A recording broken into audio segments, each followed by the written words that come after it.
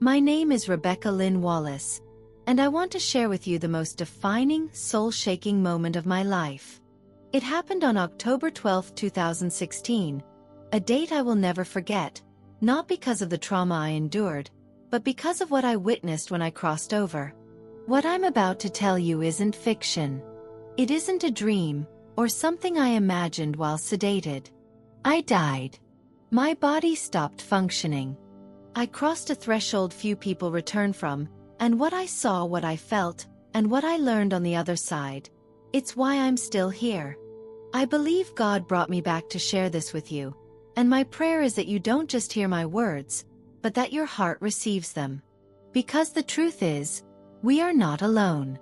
Heaven is real. And Jesus is more real than anything we know in this life. That day started like any other. Just a typical morning in Asheville, North Carolina, where I live with my husband David and our 2 sons, Jonathan and Micah. I had been living with type 1 diabetes for over a decade, and while it was something we managed as a family, there were always risks. I'd had episodes before, blood sugar dips, dizzy spells, even hospital visits, but nothing could have prepared me for what was about to happen. I remember waking up feeling strange, not quite grounded. It was a Sunday morning, and we had just gotten back from a short camping trip in the Smoky Mountains. I thought I was just tired, maybe dehydrated. I brushed it off. But by late morning, I could barely speak. My hands were trembling, my vision blurred, and then everything just collapsed. I was told later that I slipped into a severe diabetic coma. My blood sugar had dropped so low that my body was shutting down. My husband called 911 as I collapsed onto the kitchen floor, seizing. My boys were screaming. David tried to stabilize me, injecting emergency glucose while praying out loud with trembling hands. The paramedics arrived quickly, but by the time they began working on me, I was already slipping away. I don't remember the pain. I don't remember the fear. All I remember is the silence. Not the silence of a quiet room, but the kind of silence that feels like everything around you is dissolving. It was like my body dropped away and I was floating. No longer bound by the weight of skin or muscle or fear. I could see the room, almost from above, as if I was looking down at my own body. I saw David on the floor beside me, clutching my hand. I saw the paramedics working frantically, the blur of their gloves, the EKG wires, the defibrillator pads. And yet I felt nothing. No panic. No worry. It was peaceful. Then, suddenly, the room was gone. The walls, the people, the noise. It all melted away. And I was standing somewhere else. Where I arrived was nothing like this world. I still struggle to find the right words for it, because human language doesn't come close. It was a garden, but not like any garden I've seen. Everything was glowing. Not in a magical way, but in a holy, sacred way. The trees seemed to move with intention. The flowers bloomed in colors I don't think exist here. Vivid blues that pulsed with life, golds that shimmered with emotion. The air itself was thick with peace, like it was alive with goodness. I didn't just see beauty. I felt it. It was like love was in every breeze, in every ray of light. And that love wasn't generic or vague. It was personal. It knew me. It welcomed me. I remember walking, or maybe floating, through this garden, and every step I took felt like being healed. I hadn't realized how tired my soul was until that moment. The burdens, the fear, the regrets. They all lifted like fog burning away in sunlight. I didn't want to leave. I didn't even think of Earth. I felt like I was finally home. Then everything changed. I felt a presence behind me, and I turned. What I saw next made everything else, every flower, every color, every moment of peace, fade into the background. Because standing just a few feet away from me was Jesus Christ. I didn't need anyone to tell me it was Him. I knew Him the moment I saw Him. in the way a baby knows their mother's voice. He radiated love so strong, it physically overwhelmed me. His robe was pure white, glowing but not blinding. His face, kind, wise, familiar, was filled with a strength and gentleness I had never encountered. And his eyes. Oh, his eyes. They weren't just looking at me. They were seeing me. Every thought I had ever had. Every scar. Every shame. Every act of kindness. Everything. And yet, instead of judgment, what I felt was understanding. Deep, eternal understanding. And love. A love so pure that I wept. Not out of sadness, but out of relief. Out of joy. It felt like the very core of who I was had finally been acknowledged and embraced. Jesus didn't speak like we do. He didn't move his lips, yet I heard him. Not in my ears but inside me. He communicated with my soul, and his words were like waves of emotion and knowledge wrapped in light. He showed me things, not just scenes but truths, realities. I saw memories from my life, not like a slideshow, but like living experiences replayed with new perspective. Times I had hurt others, and didn't realize it. Times I had doubted him, but he didn't show me to shame me. He showed me to heal me. He was teaching me, guiding me. And then, he showed me something I never expected. He said there was something I needed to see. Something about the world. I felt us move, not through space but through understanding. And suddenly I was looking at what I can only describe as a vision. A kind of panoramic image that stretched across what felt like the entire globe. I saw leaders, men and women, in suits, on stages, behind podiums. I didn't recognize all of them, but I knew they were people in power. Presidents, prime ministers, CEOs, pastors, figures that millions of people trust and look to for truth. But there was something strange. Their faces were flickering, like video glitches, like masks. And then, one by one, their true faces began to emerge. Some looked empty. Some looked terrified. Some looked completely different. The masks fell, and I felt an overwhelming wave of sadness. Jesus looked at me, and though he said no words, I understood. A great unmasking is coming. That was the phrase burned into my soul. The great unmasking. I didn't know exactly what it meant, but I felt the weight of it. Truths long hidden were going to come out. People the world had trusted would be exposed. Not all for evil, but many would be revealed as not who they claimed to be. I saw crowds turning away, people weeping, some angry, some free. It wasn't chaos. It was clarity. And even though it was painful, I understood that it was part of a greater plan. A cleansing. A reckoning. Jesus made it clear that truth matters deeply to God. Not because it controls people, but because it sets them free. Even as I stood there, absorbing the full weight of what Jesus was showing me, I could feel the sorrow in his heart. This wasn't a gleeful unveiling, like some triumphant judgment scene. It was grief. He loved every soul, every leader whose mask was falling, every person who would be affected, every heart that would be broken by betrayal. His sorrow wasn't rooted in anger. It was born from the pain of watching his children lose their way. And in that moment, I understood something deep and heartbreaking. Jesus wasn't just revealing the truth for the sake of justice. He was revealing it out of mercy. He showed me how deception had crept in slowly, like fog over water. It didn't arrive loudly. It didn't storm in like a thief. It settled in, quiet and unnoticed. I saw how even people with good intentions had been pulled into darkness over time. I saw men and women who started out as servants, kind, humble, generous, but who were changed by pride, fear, or the hunger for power. And I saw how people like me, ordinary believers, parents, friends, were impacted without even realizing it. We placed our trust in images, in appearances, in personalities that we admired but never really knew. And that trust, Jesus showed me, had become a vulnerability. But then he did something I'll never forget. He reached out his hand, not to accuse but to restore. I watched as he touched individuals, people in power who had fallen far, and in that touch, something changed. Some of them wept. Some dropped to their knees. Some turned and walked into the light. And I understood again, the great unmasking wasn't just about judgment, it was about redemption.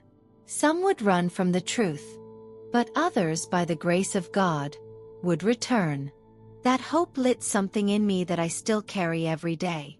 I turned to Jesus and asked, not with words, but with everything inside me, "What can I do?"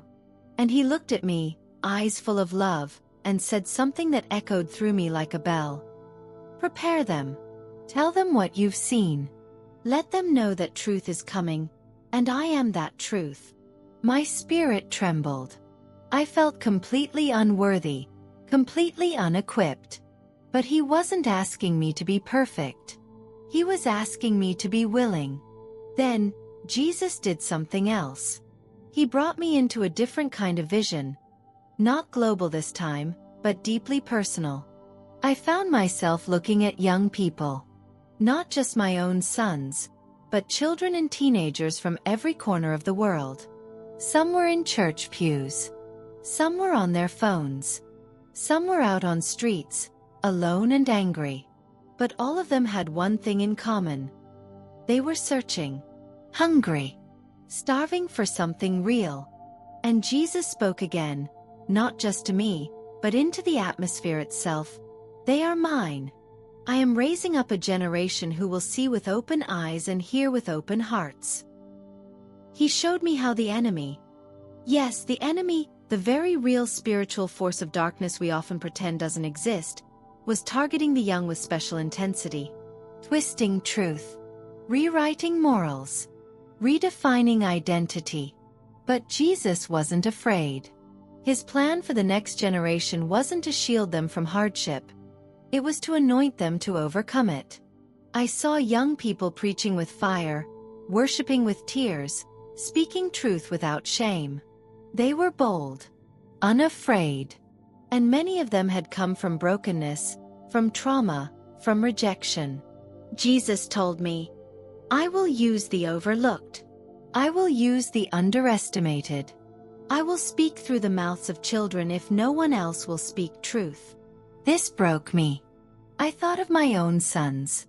I thought of the weight the next generation is carrying and how often we dismiss their struggles because we assume they're too young to be serious. But Jesus reminded me that he began his work with David when he was a shepherd boy, that he used Mary when she was just a young woman. God has never needed age or status to move, only a willing heart. I don't know how long I spent in that space. Time didn't feel linear. I could have been there for hours, or minutes, or 1,000 years. But eventually I felt something shift. The peace was still there, the love was still thick, but I sensed I was being pulled back. I didn't want to go. I begged him in the deepest parts of my soul, "Please don't send me back. Let me stay with you." It wasn't that I didn't love my family. I did, fiercely. But in his presence, everything else felt so far away. The pain, the fear, the weight of life, it had all disappeared. But Jesus shook his head. Slowly, lovingly. He touched my shoulder, and with his touch came a command and a comfort all at once. "You have more to do. Tell them what you've seen. I am coming." And just like that I was falling, not down but back. Back into weight, back into flesh, back into the cold, sterile brightness of the emergency room. I gasped. My body screamed with pain. I heard machines beeping, nurses yelling, my husband's voice, broken and shaking, calling my name over and over. And then I felt his hands on mine, and I opened my eyes. I was back. Recovery was slow. I stayed in the hospital for several days, And though my body healed, I couldn't stop thinking about what I had experienced. It haunted me in the most holy way. I tried to talk about it, at first, with close friends. Some were moved to tears. Others were skeptical. A few told me to keep it to myself. But I knew, deep down, that I hadn't been brought back just to live a normal life again. I had been sent back for a purpose. And that's why I'm sharing this now. I don't need you to believe every detail. I don't need you to validate my experience. But I do want you to hear this. Jesus is real. Heaven is real. And we are living in a time where the truth will no longer stay hidden. If there's something stirring in you as you listen, don't ignore it. That stirring might just be God waking you up to a deeper reality. We've been sleeping too long. We've trusted too blindly. The time is coming, is already here, when we must look with spiritual eyes and walk in truth, no matter what it costs. Coming back to life wasn't just about waking up in a hospital bed. It was more complicated than that. My body may have stabilized, but my soul had been rewritten. There was something in me that didn't fit anymore. Not in conversations, not in daily routines, not even in the rhythms of church life I'd been so used to. I couldn't explain it to anyone without feeling like I was still somewhere in between heaven and earth. The very first morning I woke up at home, with the smell of coffee drifting from the kitchen and the sound of my boys playing a game in the living room, I cried. Not tears of joy, and not really of sadness either. It was a kind of spiritual homesickness. I had been in the presence of the Creator of the universe. I had seen Jesus. I had walked in peace so perfect that it made everything else seem muted, dim. And now I was back in a world full of noise. I tried to go back to normal life. I really did. I folded laundry, I sat through staff meetings at work. I posted photos of my kids on Facebook. But it was all so surface level compared to what I had witnessed. I remember sitting at the dinner table one night, David talking about work and Jonathan asking about a school trip, and I just stared at them. I realized in that moment that they had no idea what I was carrying.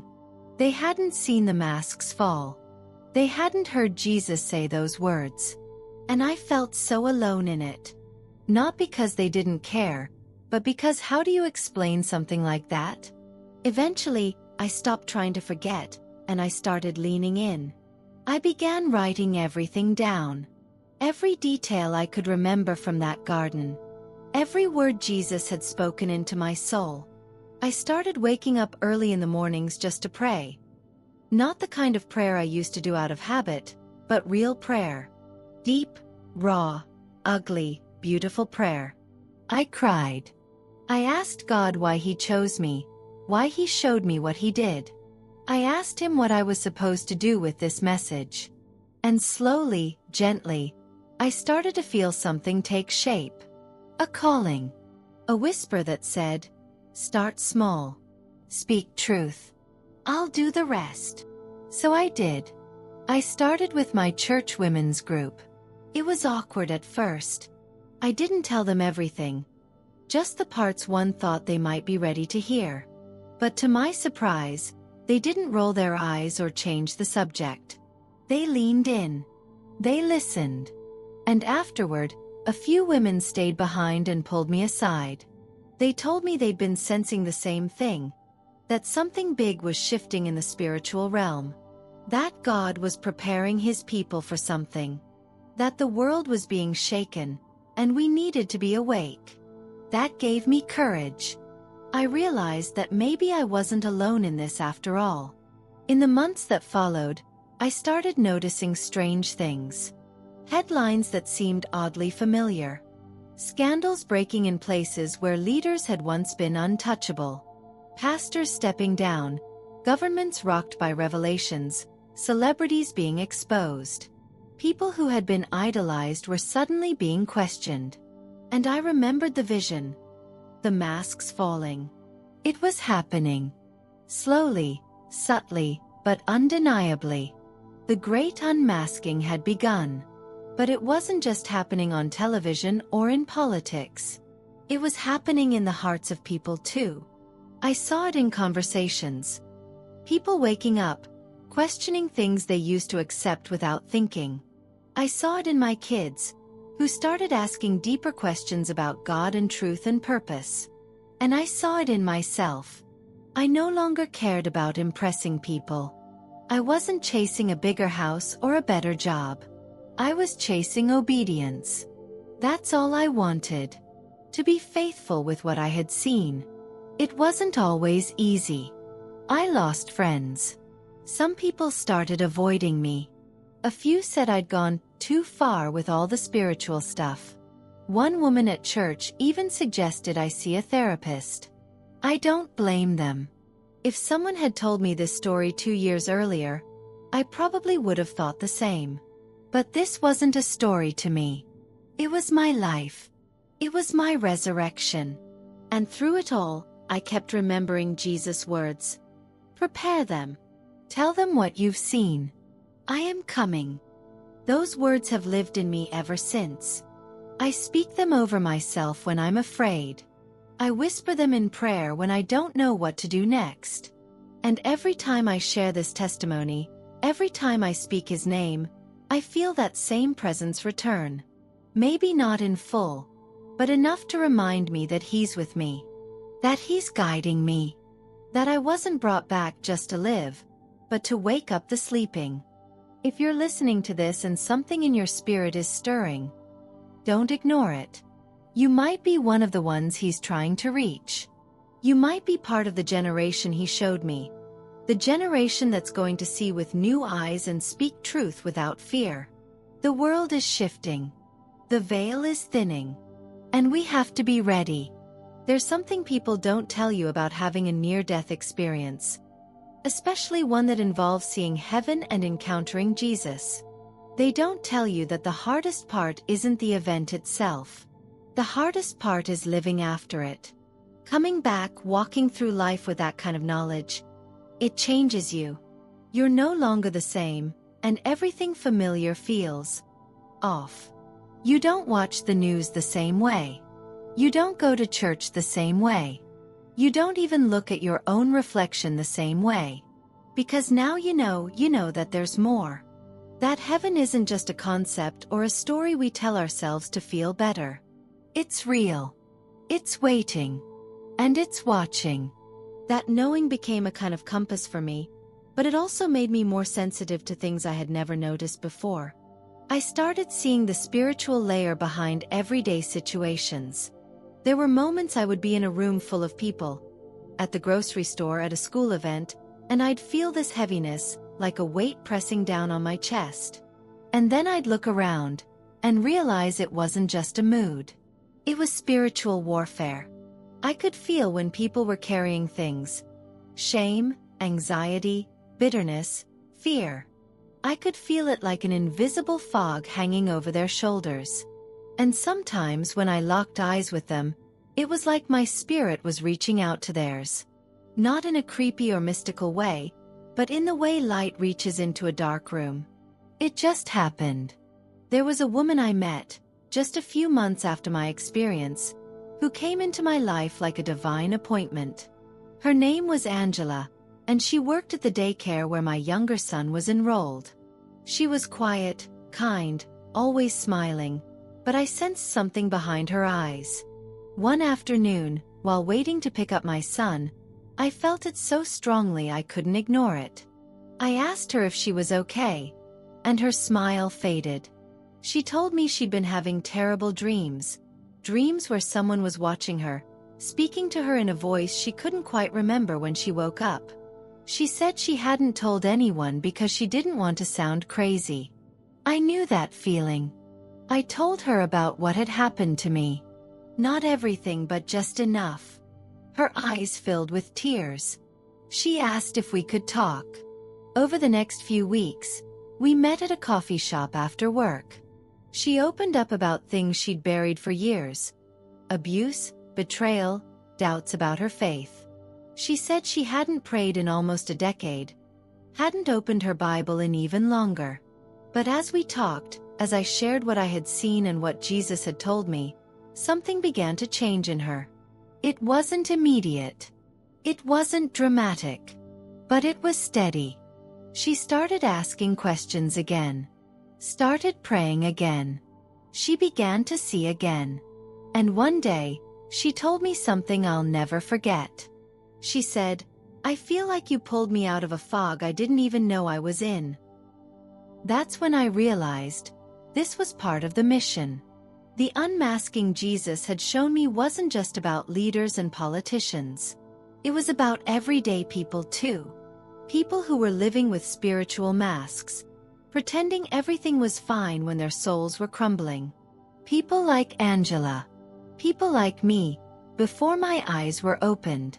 The great unmasking was happening in hearts, just as much as on stages.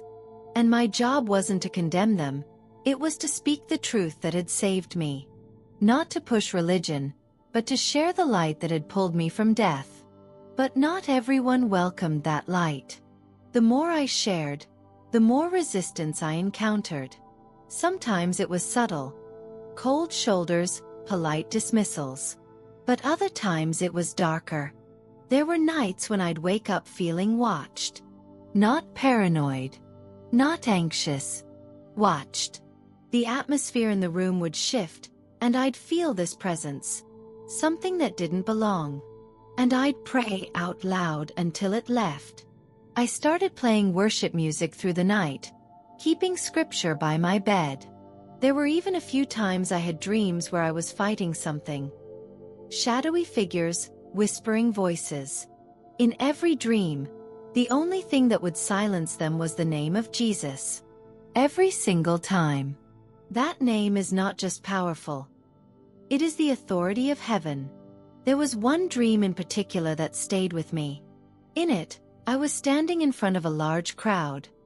Thousands of people. And I was trying to speak, but my voice was gone. I opened my mouth, but no sound came out. The people looked confused. Some started to walk away. And then I heard a voice behind me, clear and loud. "Speak, child. They will hear me through you." I turned around, and Jesus was there again. The same eyes. The same light. And when I turned back to the crowd and opened my mouth, his words came out. Not mine. His. That dream changed me. It reminded me that I'm not here to tell my story. I'm here to tell his. That realization gave me a new kind of boldness. Not arrogance. Boldness. A quiet, rooted strength that comes from knowing you're doing exactly what God asked you to do. I began praying with people on the spot, in grocery stores, at my kids' baseball games, even in parking lots. Sometimes they looked at me like I was crazy. But sometimes, they broke down in tears. Sometimes they hugged me like I was the only person who'd ever noticed their pain. And every time, I felt Jesus there with me, nodding. Prepare them. Tell them what you've seen. I am coming. If you've stayed with me through this whole story, thank you. I know it's a lot. But I believe you were meant to hear it. I believe Jesus is speaking to you even now, right where you are. Maybe he's been trying to get your attention for a long time. Maybe this is your moment. So don't let it pass. And if you don't know where to start, here's what I suggest. Get quiet. Get honest. Get in the Word. Ask Jesus to reveal the truth to you. Not just about the world but about yourself. Invite him in. He's not afraid of your mess. He already sees it, and he's waiting to walk you out of it. Before I go, I want to pray with you. If you're ready to surrender, truly surrender, then just say this with me. Jesus, I don't want to live in the dark anymore. I don't want to wear masks. I want to know you. I want to see the truth. Come into my life. Open my eyes. Make me new. I choose you, now and forever. Amen. If you just prayed that, welcome home. Heaven is celebrating right now.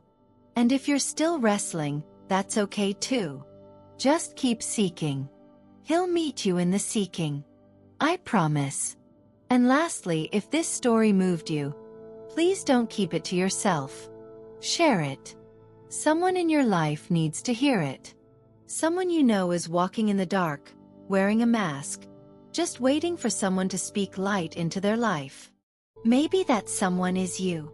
If this testimony touched your heart, make sure to like, subscribe, and share this video with others who may be searching. Drop a comment below if you've had a similar experience or if you need prayer. We read every one. And remember, Jesus is the truth. He's coming. And He wants to use you. Let's walk in the light together. Until next time, stay awake, stay rooted in the Word, and never stop seeking the face of God.